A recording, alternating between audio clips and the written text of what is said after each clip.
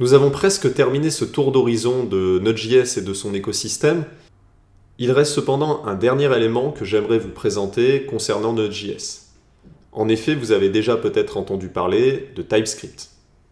TypeScript est un langage open source développé par Microsoft et qui permet de rajouter le typage au langage JavaScript.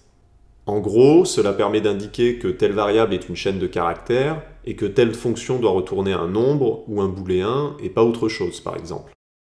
Alors, TypeScript est très intéressant, mais nous allons déjà avoir tellement de nouveaux concepts à aborder dans cette formation sur Node.js et la découverte du back-end que je n'ai pas jugé bon de rajouter en plus l'utilisation de TypeScript. En effet, nous allons déjà découvrir l'utilisation des API REST, la mise en place de bases de données, le framework Express, l'utilisation d'un ORM comme Sequelize, etc., etc. Si on ajoute en plus l'utilisation de TypeScript, on va simplement se perdre dans les explications, d'autant plus que l'utilisation de cette technologie n'est pas forcément nécessaire dans un environnement back-end.